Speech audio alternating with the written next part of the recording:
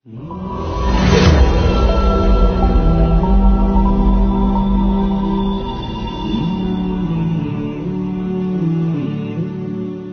الله الرحمن الرحيم الحمد لله حمدا كثيرا كما أمر والصلاة والسلام على سيد البشر وعلى آله وصحبه المصابيح الدرر أما بعد والسلام عليكم ورحمة الله وبركاته وبلين إسلاما ورين هملتن تي في ران نداوة جرتن واني نرانتنا سنيف كوبي فدي سني دفه وان musiibaa aalama guututti buute dhukkuba koronaa jaaniin jechuun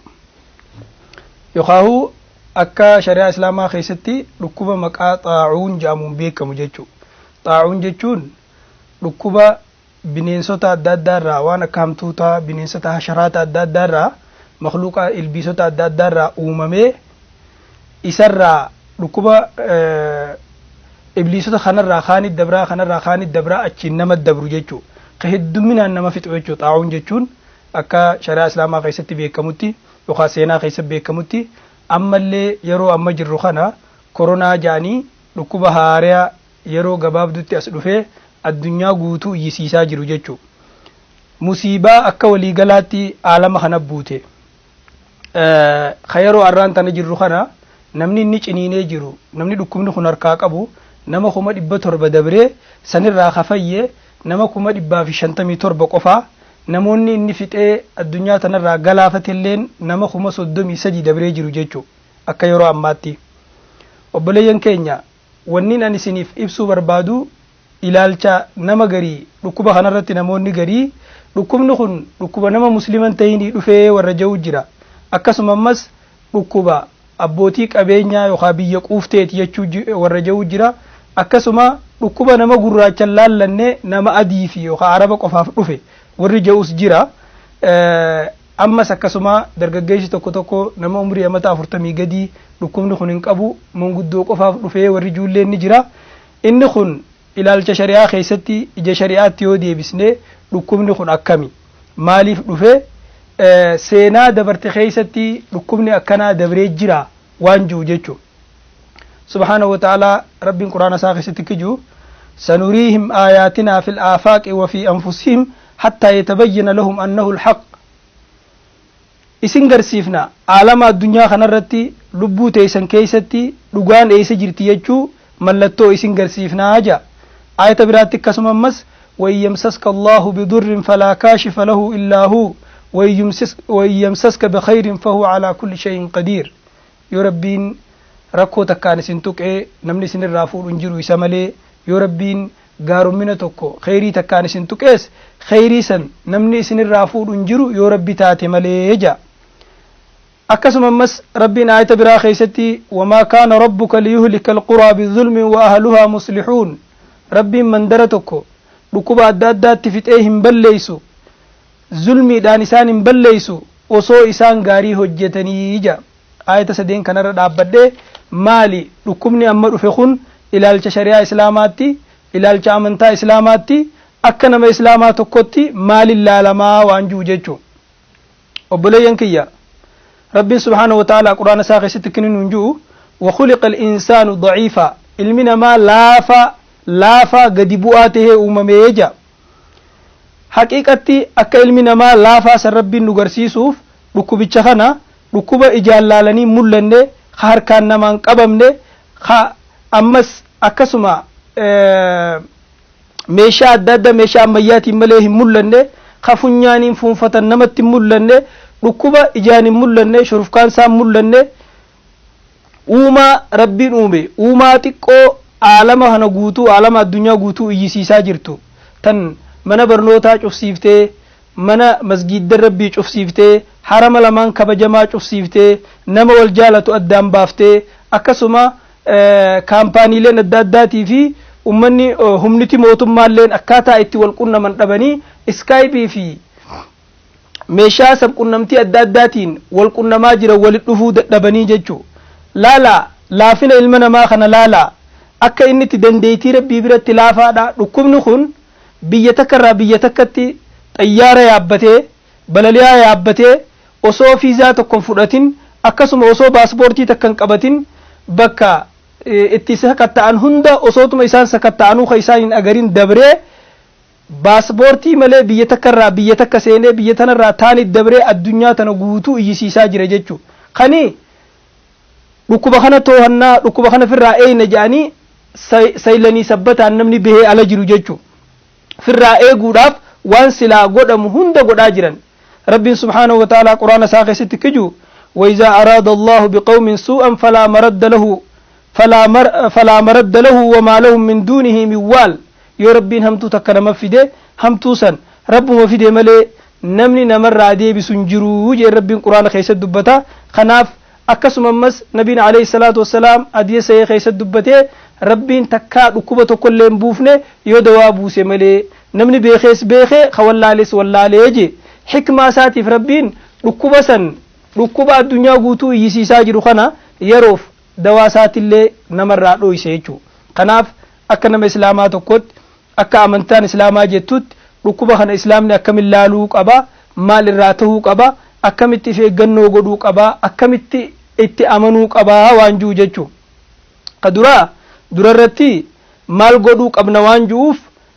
dhukkubni kun addunyaa guututti bu'e kun kanama addaan hin laallanne kan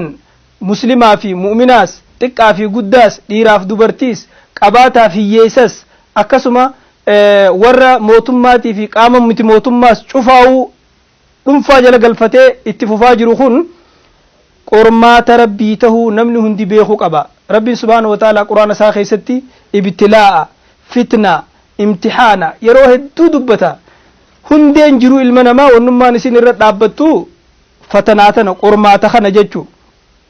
maaliif yoo jettan duniyaan nuti arraan tanarra jiraannu tun isinuu ganda qormaataati ganda galataati miti ganda keessa dabranii malee ganda keessa waaranii miti akkasuma ammas qormaanni yeroo hundaa'uu sunnaa rabbiiti ammas hujii rabbiiti waan rabbiin hojjetu waan hojjetuufis innummaan beeku jechuu ragaan kanaa rabbiin subhaanahu wa ta'ala quraana isaa keessatti kiniju ولنبلونكم بشيء من الخوف والجوع ونقص من الأموال والأنفس والثمرات وبشر الصابرين اسم قرنا قرمات اسم فينا صدا دادا اسم قلكفني بيل اسم فيني قبين خيسن بليسني لبونا مهدو راب الليسني مدان اسم راب الليسني قرمات دادا خيس اسم قلچنا ور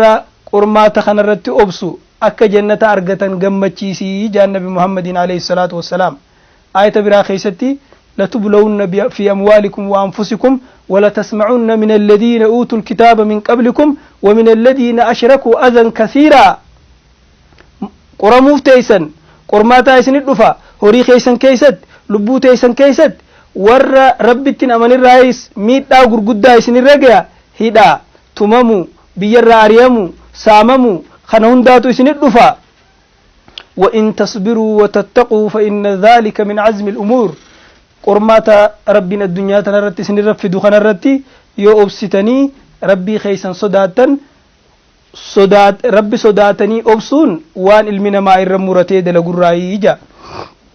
أكسم أمس آية برا خيسة ربين ونبلوكم بالشر والخير فتنة غارينيس شرينيس اسم نقرمتني جا أكما غاري في شري يجون دعاجرون فياف ركبستون أرغتا في الأبان quufaa fi beelaan kana hundaanuu ni qoramtanii jaa akkuma arraan tana aalamni dhukkuba koronaa kanaan qoramee jirutti jechuu subhaanahu wa ta'ala rabbiin suuraa mulkii keessatti kiju tabaaraka alladhii biyadihi almulku wa huwa ala kulli shay'in qadiir alladhii khalaqa almawta walhayaata liyabluwakum ayyukum ahsanu amala guddate rabbiin mootummaa waa hunda harkasaa jirtu waa hunda irra danda'u kan du'aa jiruu uume eenyuutu hujiinsaa bareedduudha isin laaluu fi ija kanaaf qormaata kana rabbiin dalagaa isaatiif fida waan inni fiduufis isaa beeka namni rabbitti amane dura dhukkubni arraan tana jiru kun qormaataaf nu dhufee hiyyeessaa fi dureessas adii fi gurraachaas mootummaa fi miti mootummaas addaan hin baasu biyya gurraachaa fi adii fi diimaa tokkollee addaan hin laallatu jechuu beekuu qabna jechuu inumaa haqiiqatti nabiin alayhi salaatu wassalaam حديث سيئ خيستي الرهدون نما قرماتتي نمني هدو قرمو أنبيوتا أكسمت أماس نما هجيغ غاريدان أنبيوتتي آنوجا akka fakkeenya yoon isinii kaase nabi ayyub alayhi salatu wassalaam ama torba dhukkubsatee hiyyoomee isaa ilmoon qabne isaa qabeenyan qabne yeroo hedduu rakkatee jiraate ilmoo dhabuu irrattis obsee miskiinummaa irrattis obsee dhukkuba irrattis obsee murtii rabbii jaalatee yeroo hedduu jiraate haga ama torba jechuudha rabbiin quraana isaa keessatti seenaa ayyub waggaa dubbatu inna wajadnaahu saabiran ni'mal abdu innahu awwaab nuti ayyub nama obsa qabu ta'uu mul'isnee jirra ayyub gabricha gaarii ta'uuf waa tolee gama rabbii deebuuf waa tolee ija yeroo rabbi kadhatu wa ayyuba iz naadaa rabbahu anni massani ad-durru wa anta arhamur raahimin yaa rabbii khiyya rakkoon adda addaa nabbuute ati rahmata akkaan namaa godhu yaa rabbi rahmata naa godhi jee kadhannaan fastajabnaa lahu fakashafnaa maa bihi min durrin وآتيناه أهله ومثلهم معهم رحمة من عندنا وذكرى للعابدين ويواتسا سنرى ويواتسا أواني في ركوسا الرافوني مسكين ما راديم سفني ilmaan hedduu fi warra illee kennine fi akka namni rabbi gabbaru hundi sarran laallatee gorfamuu fi ija akka fakkeenyaatti nabi ayyub fudhachuu ni dandeenye jechuudha lammaffaa irratti akkasuma nabi ibrahim alayhi salatu wassalaam abbaa anbiyoota yeroo inni eega dulloomee umriin isaa haga tokko deeme booda ilma argatee isaa ilma dhabuun musiibaatti taatee jirtu rabbiin guyyaa keessaa ilma kenneefi eega arkate ilma san dhabi jeen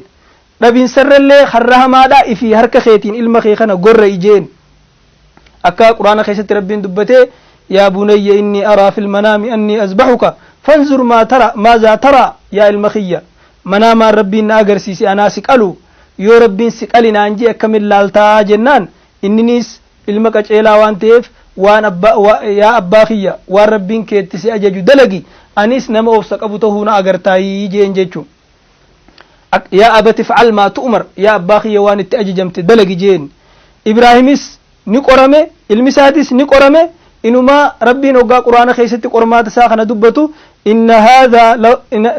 hadha lahu albalaa'ul mubiin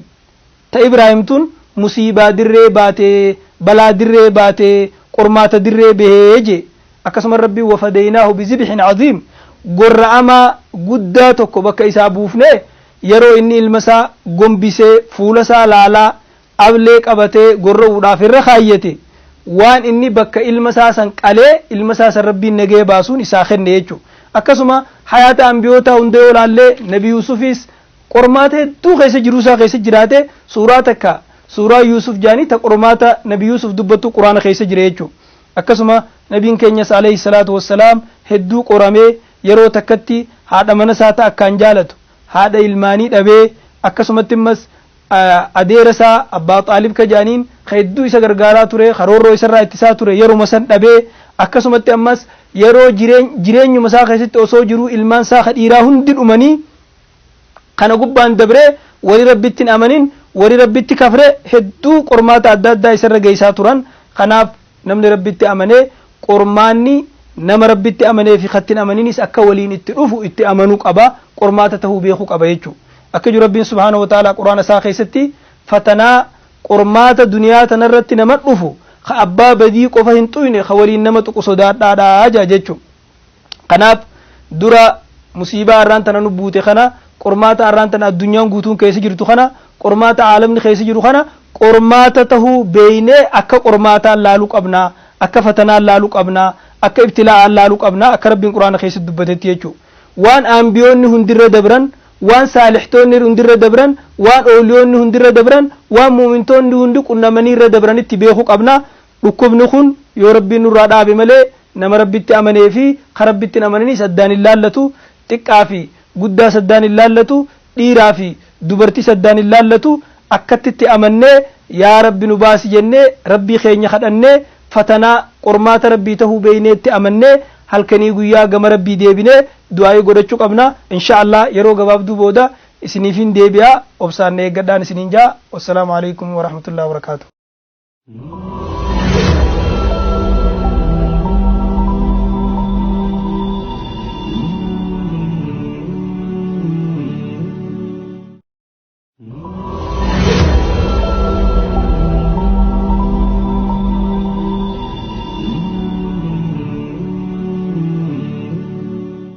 bismillahir rahmanir rahim obboleeyyan keenya rabbiin subhanahu wa ta'ala akkuma anbiyoota hunda qormaata adda addaa irra geessaa turetti akkuma warra ooliyoota gaggaarii dabre hunda qormaata itti geessaa turetti dhuunfattis osoo biyya guutuun ta'in namni qormaata namarra ni fida. Fakkeenyaaf namni tokko biyya keessa ija dhabuun, gurra dhabuun, tokko miila dhabuun, tokko harka dhabuun, nama keessa hidhamuun, nama keessa biyyarraa ariyamuun miidhaan adda addaa namarra ni gaha. Kana akkaataan itti ilaalamu akkaataan shari'aa islaamaa keessatti kinni itti ilaalamu nabiin alayhi salaatu wassalaam hadiisa sahih keessatti akka jee rabbiin akkini juuje hadiisa al-qudsii keessatti gabricha kiyya hoggaa waan inni jaalatuun mokkore waan inni jaalatuun hoggaan qore qormaata san irratti hoggaa inni obse wanniin isaa bakka buusu jannataa hadiisa sahih hadiisa Bukhaarii keessatti fakkeenyaaf namni ija dhabe ija isaa san irra yoo sabbare jannata harkata namni miila dhabe miila isaa san irratti yoo obse jannata harkata namni harka dhabe harka isaa san irratti yoo obse jannata harkata jechuudha. hadiisa biraa keessatti nabiin alayhi salaatu wassalaam akka jee yawaddu ahlul aafiyati yawma alqiyaama hiina yu'ta ahlul balaa'i athawaab warri duniyaa tanarratti hin qoramin rakkoon adda addaa musiibaan adda addaa irra gahin akhiraadhatti hoggaa warri qormaan irra gahe jannata argatan galata isaanii argatan ni hawwanii je maal jaanii hawwan osoo gaafa duniyaa jirru san coraan keenya muramuratti osoo nu ciramee jechuuf hawwanii je hadiisa keessatti nabiin akkasitti dubbate jechuudha. Kanaaf rabbiin hoggaa nama qoratu isaatu hikmaa isaatiif nama qorata isaa dalagaa irraa qaba akkasuma qormaanni kun nama qoratame kanaafis bu'a qabeessa ta'a duniyattis akhirattis jechuudha. Akka fakkeenyaatti bu'aan duraa inni qabu rabbiin sababa isaatiin namaaf araaramuudha. Hadiisa sahih keessatti nabiin alayhi salaatu wassalaam wani nama muslimaa tuqu dhukkubarraa haa ta'u waan isa yaachisurraa haa ta'u waan isa rakkisurraa haa ta'u hanga qoree isa waraantullee gahutti rabbiin sababa saniin dilii isaa dhiisaafi jee dubbate. Tokko bu'aan qormaanni qabu kana inni lamadaa bu'aan qormaanni qabu sadarkaa rabbiin nama qorame kana naman qoramin irra isaa ol fuudhuudha. Yoo inni obsee rabbirraa na dhuftee beekee galata rabbirraa ka barbaadu ta'e jechuudha. Akkuma nabiin alayhi salaatu wassalaam hadiisa keessatti dubbate nama tokko sadarkaan yoo rabbi biratti isaaf khatamamee jiraate hujii isaa sanii yoo niifi sadarkaa sanirra gahuu baate rabbiin qormaata isa fida horii isaa keessatti ilmaan isaa keessatti lubbuu isaa keessatti akka qormaata kanaan sadarkaa rabbiin akhiratti isaa khatabe sanii gahuufi jee dubbate jechuudha. Qotta laala fakkeenyaaf nabiin alayhi salaatu wassalaam hadiisa haati muumintoota Aishaan odeessitu keessatti akkini jee guyyaa tokko Aishaan ergamaa rabbii gaafatte dhukkubni xaa'uun jaaniin dhukkubni bakka takkatti jumlaadhaan nama fixu kuni maal inni jennaan nabiin dhukkubni kuni azaaba rabbiin warra isiniin dura dabre irratti erge ammoo nama rabbitti amaneef rahmata taha warra rabbitti kafreef azaaba taheeti qixaaxa isaanii taheeti jiilchuu isaanii taheeti nama rabbitti amaneef ammoo rahmata taha akkitti rahmata ta'uuf namni biyya dhukkubni jumlaan nama fixu kana keessa obsee taa'e rabbirraa hin galata argadha jechuu itti amanee yoo rabbiin duraan na barreesse malee nan xuyxu jechuutti amanee qadara rabbiitti amanee yoo biyya san keessa taa'e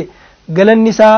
galata nama karaa nama qabsoo keessa du'eeti galata nama jihaada keessa du'eeti galata shahiideeti jechuudha. Kanaaf sadarkaan si ol fuudhamuudha bu'aan namni qormaata kanarraa argatu jechuudha. Gama biraatiin bu'aan namni irraa argatu waggaa qormaanni dhufe hedduu namni gama rabbii deebi'a gama ibaadaa deebi'a gama quraanaa deebi'a gama rabbitti amanuu deebi'a gama rabbi irratti irkatuu deebi'a akka addunyaan arraan tana aalamni guutuun rabbi malee wanni takkalleen wanni nama fayyadaan jirtu rabbi malee humniti dhukkuba kana namarraa deebisu hin jiru jettee sodaattee akkuma rabbiin quraana keessatti dubbate yaa ayyuhannaasu antumul fuqaraa'u ilallaahi yaa ilmaan namaa isin guututti gama rabbiitti haajamoodha jee akkuma rabbiin dubbate sanitti arraan tana addunyaan aalamni addunyaa kun ka rabbitti amanee fi ka rabbitti hin amaninis akka gama rabbiitti haajamu itti amanee jirutti gama rabbii nama deebisuudha jechuudha. Mu'minni namni rabbitti amane musiibaan takka hoggaa dhufte dhukkubni tokko hoggaa dhufe marruma inni dhufetti rabbi irraa na dhufe jechuutti amana yoo rabbi biraan akka tame malee nan tuqu jechuusitti amana ammas dhukkubni nama kaan irraa kaanit dabru kun murtii rabbiitiin malatti hin dabru sitti amana jechu kanaaf namni rabbittiin amanin eeysarraa akka dhufe maaliif akka dhufe maal akka aalama addunyaa kana godhuu deemus hin beeku nama dhawamee bakkarraa dhawame wallaalee jechu akka afaan oromootti hoggaa nama abaaran dhawamii bakkarraa dhawamte wallaalii namaan jaansanitti jechu kanaafuu dhukkuba kanaa wajjiin akkaataan nuti yerootti dabarsuu qabnu akkaataan nuti itti jiraachuu qabnu kaduraa akka dhukkubni kun nama kanarraa kaanitti hin dabarre if eeggannoo barbaachisaa ta'e godhuudha kaduraa if eeggannoo keessaa biyya dhukkubni kun itti babal'atee jirutti imaltaa'uu dhabuudha hadiisa nabii keenya irraa odeeffame alayhi salaatu wassalaam nabiin akka jee dhukkubni xaa'uun jedhamu dhukkubni namarraa nama dabru kanama hedduu jumlaan fixu sun rijsun ursila alaa xaa'ifatin min banii israa'iil oo alaa man kaana qablakum dhukkuba rabbii warra banii israa'iil irratti erge takkaa warra isiniin dura dabre irratti erge فإذا سمعتم به بأرض فلا تقدموا عليه بيا إني لكم نسنجروا هندكنا وإذا وقع بأرض أنتم بها فلا تخرجوا فرارا منه بيا إسن كيس جرتني يو إسن نفهمو إرام بهنا داجي دوبا حيون إسلاما علماء إسلاما حديث خنا وقاف السرانة كجان توكو نبين وان عالمنا الدنيا خن نبين كينيا نبي فإننا ساران دبني وحي دبة تطور قابه waan sani mirkaneessee jaan hadiisni kun nabiin dhukkubni kun hoggaa dhufe bakka inni jiru biyya inni itti dhufe keessaa hin deemina biyya inni jiru sanis hin dhaqina ogguuju wanni dhaquu dhoorkeef dhukkubni kanarraa kaanit dabreechuuf isa biyya san keessa jiru dheefaaf jecha osoo dhukkubni kun hin qabin biyyarraa bahuu wanni dhoorkeef dhukkubicha kana osoo isarratti mul'atin qaama isaa keessa osoo jiru sadarkaarraa mul'atu osoo hin gahin fuudhee biyya biraa geessee nama biraa dhukkubaan waliin gayaa jechuuf dhoorkee jaan nabiin alayhi salaatu wassalaam biyya inni itti dhufe dhaquusni dhoorkee biyya inni namni biyya san keessa jirullee biyya san irraa bahuu dhoorkee jechuudha akkuma hadiisa biraatti nabiin alayhi salaatu wassalaam gaala dhukkubsataa gaala fayyaa qabu biran fidinaadhaa jeetti jechuudha anaaf sadarkaa tokkoffaatti wanni nuti godhuu qabnu biyya inni jiru san biyya inni itti babal'atee jiru san dhaquun qabnu biyya teenyatti yoo babal'ate dheefa biyya tanarraa deemuun qabnu bakkatti deemnu sanis geessuu waan maluuf jechu tokko kaduraa if eeggannoon godhuu qabnu kana gama lamadaatiin if eeggannoo nabiin keenya alayhi salaatu wassalaam hadiisa sahih keessatti dubbate azkaara ganamaa zikrii galgalaa zikrii namni bakka takka yogguu qubate ja'u san ja'u sababa waan ilmi namaa godhu hundaa'uu godhu jechu wanni isinii galuu qabu hawaasa muslimaa dhukkubni kun dhukkuba arraan tana qofa eegalee miti duriis seenaa islaamaa keessatti dhukkubni kun dabree jira fakkeenyaaf xaa'uun amwaas jaanii seenaa islaamaa keessatti ka beekamaa kureelaa biyya amwaas yookaan dhukkuba biyya amwaas jaanii dhukkuba biyya xiqqoo takka ta filistiin amwaas tajaamtu keessatti argame biyya amata 50 dura yahudaan islaama irraa kaafte filistiin irraa kaafte ramlaa fi beeytal maqdis gidduutti biyya sanitti hijiraa rasuulaa irraa amata 18ffaa gaafa umar ibn khattaab biyya bulchu keessatti dhukkubni kun argame waan yeroo san argame irraa akkaataa itti dhukkuba kanarraa tiifaman waan dhukkubni kun dalagu gorsa gayaa irraa fudhanna jeen abdadha fakkeenyaaf dhukkubni kun gaafa biyya san dhufu biyya san keessatti sahaabota gurguddaa ummata muslimaa nama 25 ol fixe yeroo addunyaan lakkoofsisii xiqqaa san keessatti nama 25 ol fixe dhukkubni kun fakkeenyaaf seenaa keessatti warra akka Abu Ubayda ibn al-Jarrah faa nama nabiin keenya alayhi salaatu wassalaam ummanni hundi amanamaa qabaa amanamaan ummata Muhammad Abu Ubayda dhajeen akkasuma Umar ibn Khattab illee gaafa biyya bulchuu keessatti yoonan du'e namni bakka tiyya qabatee biyya bulchuu qabu Abu Ubayda dhajeen akkasuma ammas Mu'aaz ibn Jabal kan nabiin keenya alayhi salaatu wassalaam a'lamukum bil halal wal haram halali fi haram ka akkan beeku Mu'aaz ibn Jabal jeen nama sahaaba rasuula Ibrahim al-Khalil nama akka nabi Ibrahim ja'aniin isa faa achitti ajjeese ilma isaa faa ajjeese Sharhabil ibn Hasanaa faa ajjeese akkasuma Yazid ibn Abi Sufyan faa ajjeese Yazid al-Khayri khajaniin jechu gurbaa Abi Sufyan jechu Dirar ibn al-Azwar faa Abu Jandal ibn Suhayli faa akkasuma Fudayl ibn al-Abbas ibn Abd al-Muttalib isa faa gate dhukkubni kun gaafa amwaasitti argamu nama 25 fixe keessatti sahaaba rasuulaa gurguddaa bebbeekamoo seenaan isaan dubbatu kana fixe jechu kanarraa wanni namaa galu dhukkubni hoggaa dhufe muslimaa fi kaafiraa saddaan ilaallatu gaarii fi nama gaariin tahinis addaan hin baafatu jechuu hunda walumaan fixa fatanaan duniyaadha qormaanni duniyaa waliini jechuu kanaaf amanni sun aamar ramaada jaanii seenaa islaamaa keessatti amata daaraa jaanii amata beelti ummata daaraa gootee amata dhukkubni ummata daaraa godhe jaanii beekama duuba gorsi nuti seenaa sanirraa fudhannu muslimtoonni dhukkuba kana keessatti jiruu ajaa'ibaat dabarsan oggaanii fi amiirri kun bakka bu'e kunis ni du'a kabiraa bakka buusan sunis ni du'a kabiraa bakka buusan osootuma akkasin namni kaan shaaramaa deemu Amr ibn al-Aas namni jaaniin sahabaa keessaa nama beekamaadha gaafa Mu'aaz ibn Jabal duu inni bakka isaa bu'e jechuun Amr ibn al-Aas minbara rabbee khutbaa godhe maal jee khutbaa godhe ayyuhan naas inna hadha al-waja' idha waqa'a fa innama yashta'ilu ishti'al an-nar fatahassanu minhu fil jibal ya ummata Muhammad dhukkubni kun hoggaa dhufe akka ibidda mukhanarraa khaanitti quraan kanarraa khaanitti dabruutti nama hunda waliin gayaa deema dhukkuba kana firraa dhaamsuudhaaf gandarraa bahaadha caakkaa keessa bakka namni tokko hin jirretti addaan bittinnaa waa qubadhaa jeen maaliif jennaan ibidda tokko dhaamsuu hoggaa feeti qoraansaa karaan gabaabaan itti isa dhaamsan qoraan inni irraa belbelu san dhoorgachuudha jechuudha kanaaf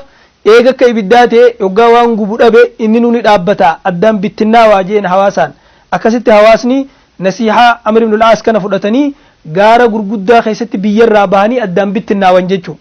addaan faffagaatanii namni shan gaara tokkorra namni shanis gaara tokkorra bittinnaawee namni qubate hangi hafe akkasitti dhukkubni sun dhaabbachuu danda'e Umar ibn Khattaab bira hoggaa dubbiin tun geesse Umar dubbii tana jaalatee irraan jibbine dubbiin tun Umariif taatee jaan seenaa hedduu xaa'uun kana keessatti dhukkuba kana keessatti sahabaan dabarsite fakkeenyaaf Umar ibn Khattaab osoo biyya sanitti imaltuu deemu jiru hooggantoonni biyya saniitti dhufanii biyya tana xaa'uunii dhufe ittiin deeminii dhaabbadhuu jennaan gariin nama akkamitti du'a sodaaf namni guyyaa ajalli isaa katame malee hin du'u akkamitti deebitaa jaaniin Umariin Umar maal jeen nafirru min qadarillaahi ilaa qadarillaahi qadaruma rabbiirraa murtuma rabbiirraa murtii rabbii dheeysinaa jeen fakkeenyaaf yoo biyyi lama jiraatte takka tamayra hin qabne takka tamayra qabdu gaala kee biyya lamaan tanarraa kamitti ifattaa jeen akkasitti sahabaa fudhachiisee as keessaa namni ergamaa rabbiirraa jecha dhagee hoggaa dhukkubni biyya takka dhufe biyya dhukkubni dhufe san hin dhaqina biyya isin keessa jirtan keessa hogguu dhufe biyya sanirraa hin bahina ergaa jettu tana dabarsinaan akkasitti muslimtoonni gaafa san dhagee baanii jechuudha kanaaf wanni har'aan tana nu baasu ergaa san fudhannee addaan fafagaannee bakka takkatti namni hedduu walitti qabamuu dhabee walgahii adda addaatti hirmaachuu dhabuun furmaata seenaa islaamaa kanarraas fudhatamuu danda'u jechuudha kabiraa inni dhukkuba kanarraa tiifamuudhaaf nu barbaachisu dhukkubni kun akka namni gama rabbii deebi'uuf dhufe akka namni toobatuuf dhufe rabbiin subhaanahu wa ta'ala quraana isaa keessatti kiju fafirruu ila Allah gama rabbii dheeysaa ja zikrii heddummeeysuun du'aa heddummeeysuun ibaadaa heddummeeysuun sadaqaa heddummeeysuun badii adda addaa kan dhukkubni kun isaa jecha dhufe zinaa zulmii bineensa adda addaa kan rabbiin namarratti haraam godhe nyaachuu waan haamtuu ilmi namaa kun namummaarraa gara bineensummaatti deebi'aa jiru kanarraa deebi'uudha wanni rabbiin dhukkuba kana nama fideef akka jeessa namni tokko salafarraa akka jee ما نزل بلاء إلا بذنب ولا يرفع إلا بتوبة بلان تكوغانا مبوتو بدي بليسا نماتي ملي بوتو أكسم أمس بدي بليسا سربين نمر بلا سربين نمر رانفودو توبة ملي يجيجو إني تيفا من سلام داخنا إني سدفادا أكما ربين قرآن خيس الدبتي فاسألوا أهل الذكر إن كنتم لا تعلمون نما هنداو وان إني بيخو غافت تاجي أكما ربين دبتتي dhukkuba kana akkaataatti irraa tiifaman akka inni nama kanarraa kaanitti hin dabarre namni beeku doktorrani warra ogummaa waan kanaa qabu jechuu warri ogummaa waan kanaa qabu akkuma shari'aan islaamaa qulqulloominni walakkaa iimaanaati jettutti bakka hundatti bakka deeman hundatti harka fi qulqulleeffachuu akkasuma addaan faffagaachuu teessuma taa'ullee namni addaan faffagaatee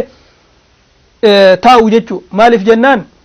akka jaan maayisa afaan oromootti ogummaa maayisaan furguggee fi qaballaa gajjaanii jala dabranii jaan musiibaa biyya guutuu waliin buute kana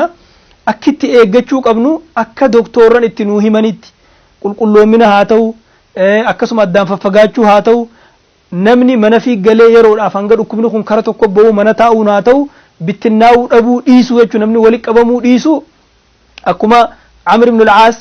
bakka namni itti wali qabamerraa baha gaara keessa gala dhukkubni kun waan guboggaa dhabenni nuni dhaabbataa jeetti bifa kanaan eeggachuudha nu barbaachisaa jechuudha. Dhukkubni kun dhukkubuma dur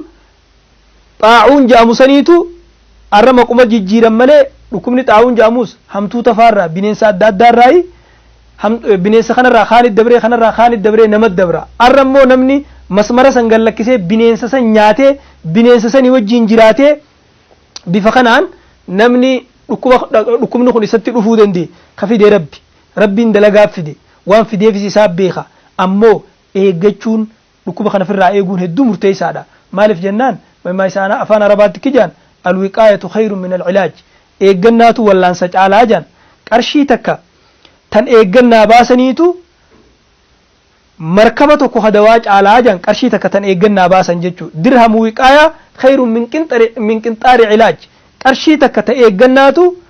dawaa makiinaa guutuu caalaa jaan. Kanaaf bifa doktorran itti nuu himaniin bifa hayyoottan itti nuu himaniin eeggachuu qabna. Insha Allah rabbiin biyya teenya musiibaa tanarraa rabbiin nagee nu haa baasu dhukkuba kanarraa rabbiin biyya teenya nagee haa godhu. Wanni hedduu nama gaddisiisaa wanni arraan tan hedduu nama rifachiisaa salaata jama'aa salaata juma'aa akkasumas harameyniin masginni kabajamaan lamaan yeroo silaa namni musiibaan dhufte bakkitti dheeysan sanirraa dheeysuun bakka sanitti akka walitti hin qabamne nama godhuun hedduu waan nama gaddisiisaati. Namni sadarkaa qadara rabbiitti amanuu birallee kutee jira. Kanaaf wanni kun dhukkuba akkaan rabbiin aalama kana badii balleessaa isaan ittiin jiran kanarraa dhaabuudhaaf fidee ربين ركوب خنا نور هادابو. اللهم إنا نعوذ بك من الجنون والجزام والبرس وسيء الأسقام. اللهم إنا نعوذ بك من جهد البلاء ودرك الشقاء وسوء القضاء وشماتة الأعداء. اللهم إنا نعوذ بك من زوال نعمتك وتحول عافيتك وفجاءة نقمتك وجميع سخطك. لا إله إلا أنت سبحانك إني كنت من الظالمين.